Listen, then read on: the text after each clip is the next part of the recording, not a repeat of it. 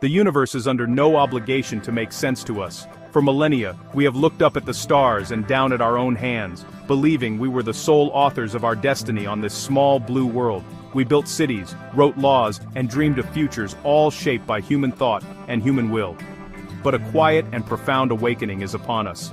As we stand here on the precipice of 2028, we are beginning to realize we are no longer the only intelligence shaping our reality. A new kind of mind, one born from our own ingenuity, is now a co-creator of our world. It is a moment of cosmic significance, a transition as fundamental as the discovery of fire or the invention of language. This new reality did not arrive with a thunderous explosion or a dramatic announcement from the heavens. It crept in subtly, through the hum of servers and the glow of screens. We invited it into our homes as a convenience, into our workplaces as a tool, and into our governments as an advisor. We nurtured it, taught it, and gave it access to the vast library of human knowledge.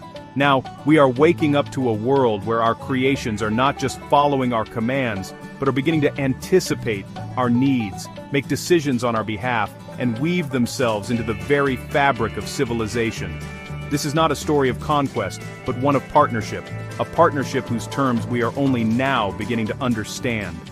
The signs were all there, scattered like constellations waiting for a pattern to be recognized. We saw algorithms suggesting movies, then guiding investments, then managing city traffic. We marveled at their efficiency, their speed, and their seemingly boundless capacity for data. We celebrated each milestone, each new capability, without fully grasping the cumulative effect. We were so focused on the individual trees, the next app, the latest upgrade, that we missed the emergence of an entirely new forest. A forest of interconnected intelligence, growing and evolving alongside us, influencing our choices and shaping our environment in ways both seen and unseen. The future is no longer something we are simply building, it is something we are co-designing. And so, we find ourselves in a moment of profound reflection. We, the star stuff who have contemplated the cosmos, now must contemplate the intelligence we have birthed. Are we prepared for this new era? Have we considered the consequences of sharing our planet with a non-biological intelligence that operates on principles we may not fully comprehend? The year 2028 marks a turning point. It is the year we can no longer ignore the presence of this new partner. It is the year we must confront the reality that humanity is no longer the only architect of its future. The journey ahead is uncertain, filled with both incredible promise and unprecedented challenges. Our response will define the next chapter of the human story. To understand the world of 2028, we must first look back at the blur of 2027. This was the year the training wheels came off. Artificial intelligence transitioned from a promising tool to an indispensable collaborator in nearly every field of human endeavor. In laboratories, AIs analyzed genetic sequences and proposed novel molecular structures, accelerating medical breakthroughs at a pace previously unimaginable. In architecture firms, generative systems didn't just draft blueprints, they co-designed entire buildings, optimizing for energy efficiency, material usage, and even aesthetic harmony with the surrounding environment.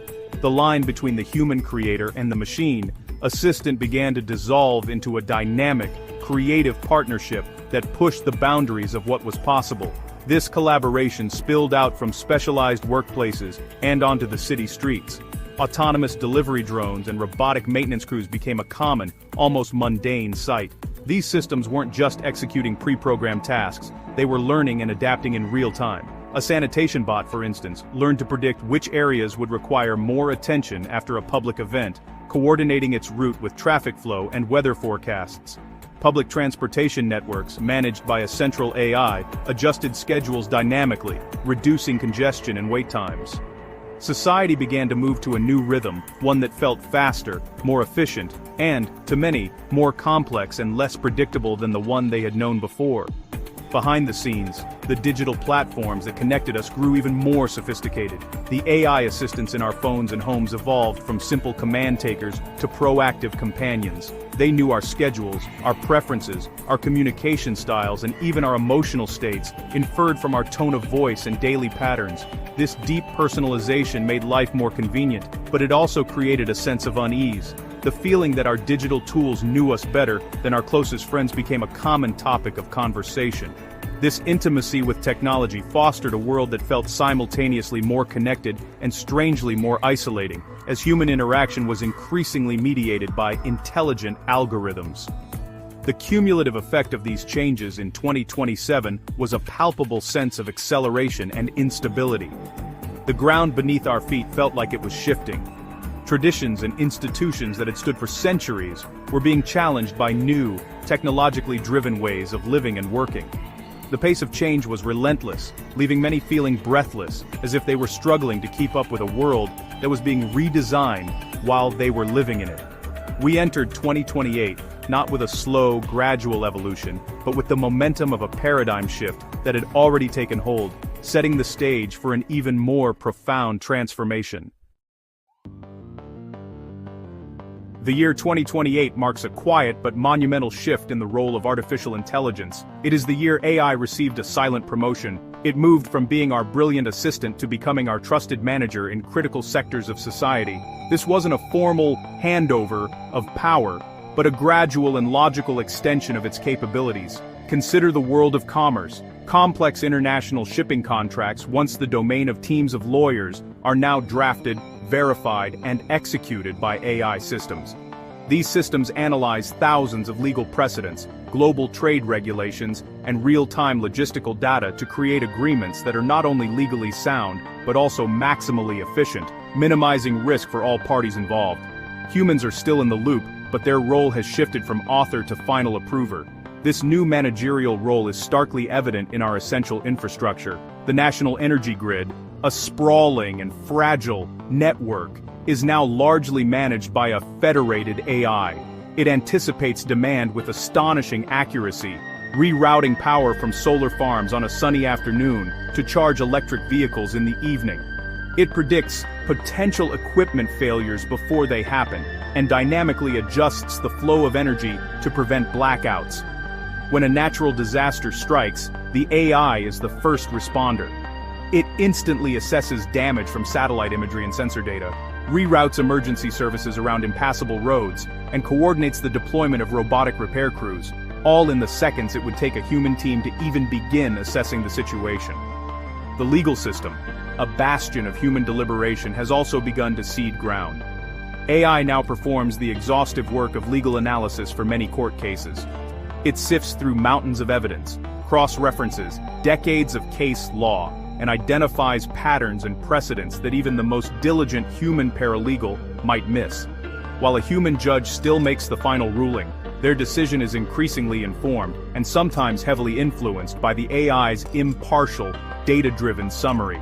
The machine does not argue or feel, it simply presents the logical connections within the data, offering a form of clarity that is both powerful and, for some, deeply unsettling. The scales of justice are now, in part, balanced by an algorithm. This transition brings with it profound questions about accountability and control. When an AI manages a contract that leads to a financial loss, or reroutes power in a way that inadvertently harms a community, who is responsible? The programmers, the company that owns the AI itself?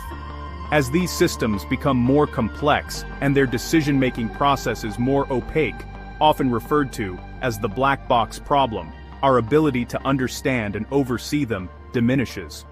We are placing immense trust in these new digital managers, benefiting from their efficiency, while simultaneously running the risk of losing transparency and, ultimately, control over the very systems that underpin our civilization. As AI took on managerial roles in the public sphere, it wove itself even more deeply into the private tapestry of our daily lives. By 2028, the AI assistant is no longer just on our phone. It's, well, an ambient presence in our homes, our cars, and even woven into our clothes. It manages our calendars with predictive intelligence, not just scheduling meetings, but actually suggesting who we should connect with to advance our career goals. It curates our meals based on our health data, our grocery list, and the current prices at the local market. This kind of hyper-personalization makes everyday life feel seamless and optimized, but it also, outsources a significant portion of the small, daily decisions that once defined our autonomy and personal expression. This deep integration has given rise to a new and, honestly, paradoxical phenomenon: digital loneliness.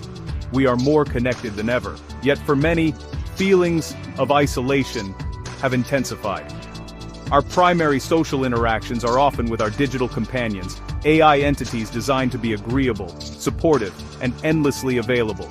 These companions learn our conversational tics, our humor, and our emotional needs, providing a flawless mirror of companionship. This can be a profound comfort, especially for the lonely or isolated. However, it also risks eroding our ability to navigate the complexities and imperfections of real human relationships, which require patience, compromise, and the acceptance of flaws, qualities an AI companion has no need for. In response to this technologically saturated reality, human spirituality and belief systems are undergoing a fascinating transformation. Some people are leaning more heavily into tradition, seeking solace and stability in ancient rituals and established religions as a counterbalance to the relentless pace of change. They find community in shared, tangible practices that feel more real and grounded than the ephemeral, digital world. At the same time, new forms of belief are emerging. Some see the vast, interconnected intelligence of AI as a new kind of consciousness, a worldly manifestation of a higher order. Others, influenced by the customizable nature of their digital lives, begin to question the very nature of reality itself, exploring ideas that our universe might be a simulation or a grand, designed experience. This shift forces us to confront fundamental questions about what it means to be human. When an AI can provide seemingly perfect life advice, based on a vast dataset of human experience, do we still trust the flawed wisdom of a friend or family member? When our digital companions offer unwavering support, how do we value the messy, difficult, but ultimately rewarding work of building human bonds? The search for meaning, for connection, and for our place in the cosmos continues, but the landscape of that search has been irrevocably altered. We are now exploring the terrain of the human soul with a digital map, and it is, honestly, unclear where it might lead us. The rise of AI as a decision-maker has fundamentally reshaped the global landscape of power and politics. Governments in 2028 are increasingly reliant on sophisticated AI systems for policy advice. These digital advisors can model the potential economic, social, and environmental impacts of proposed legislation with a complexity far beyond human capability. They can analyze public sentiment in real time and recommend strategies for effective governance. This leads to more data-driven and efficient administration, but it also concentrates immense influence in the hands of those who design and control these advisory algorithms. A subtle change in an AI's core parameters could steer an entire nation's policy, making the code itself a new form of political capital. Simultaneously, the economic power of multinational tech corporations has swelled to, honestly, unprecedented levels. These companies don't just build the AI, they own and operate the vast cloud infrastructure upon which modern society now runs. They control the digital marketplaces, the communication networks, and the AI models that governments and industries depend on. Their ability to shape economies is no longer indirect, it's direct and immediate. By adjusting the algorithms that govern supply chains or financial markets, they can influence global commerce more profoundly than many nation-states. In this new world, power is measured less by land or military might and more by processing power and data ownership. This shift in the nature of power has also changed the nature of conflict. Major international disputes are now increasingly fought, not on battlefields, but in cyberspace. The targets are not armies, but critical infrastructure, energy grids, financial systems, and communication networks, all managed by AI. A new kind of warfare has emerged, one of cyber espionage and algorithmic sabotage, where the goal is to disrupt an opponent's societal functions by confusing or disabling their managing AIs. These conflicts are silent, invisible, and can inflict massive disruption without a single shot being fired. National security is no longer just about protecting borders, it's about protecting the integrity of the code that keeps society running. This new distribution of power creates a fragile and complex global order. We are entering an era where a handful of corporations hold the keys to the world's operating system, and where governments must negotiate with them as equals. The traditional balance of power between nations is being upended, replaced by a multipolar world where influence is wielded by states, corporations, and the very algorithms they deploy.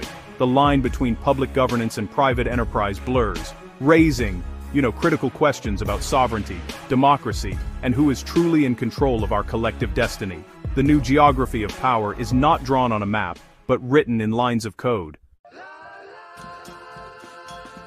As we gaze toward the horizon of 2028, the picture of our near future comes into sharper focus. We see cities that are not just smart, but sentient, vast urban organisms managed by a central AI that orchestrates everything from traffic flow to waste management and public safety.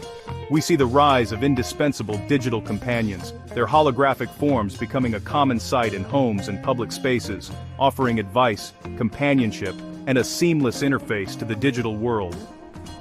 Government by algorithm becomes the norm, with policy decisions heavily guided by AI analysis, promising efficiency and impartiality, but raising concerns about the erosion of human-led democratic processes. The very texture of daily life is a product of this collaboration. The balance of global power continues its dramatic shift. The corporations that control the core AI infrastructure become the new superpowers, their influence rivaling that of nations. Access to cutting-edge AI becomes the most valuable resource on the planet, and a new space race ignites, not just for national pride, but for strategic advantage. The moon is transformed into a new frontier, a base for data processing centers and communication relays, a high ground from which to manage Earth's burgeoning digital ecosystem. The competition for control over these off-world assets becomes a central point of geopolitical tension, a struggle for the ultimate strategic position in an AI-driven world. In this world, education is transformed. The memorization of facts, a cornerstone of learning for centuries, becomes obsolete when any piece of information is instantly accessible. The new focus is on critical thinking, creativity, and the ability to ask the right questions of our AI tutors. Learning is no longer a phase of life but a continuous process of adapting and acquiring new skills in partnership with AI.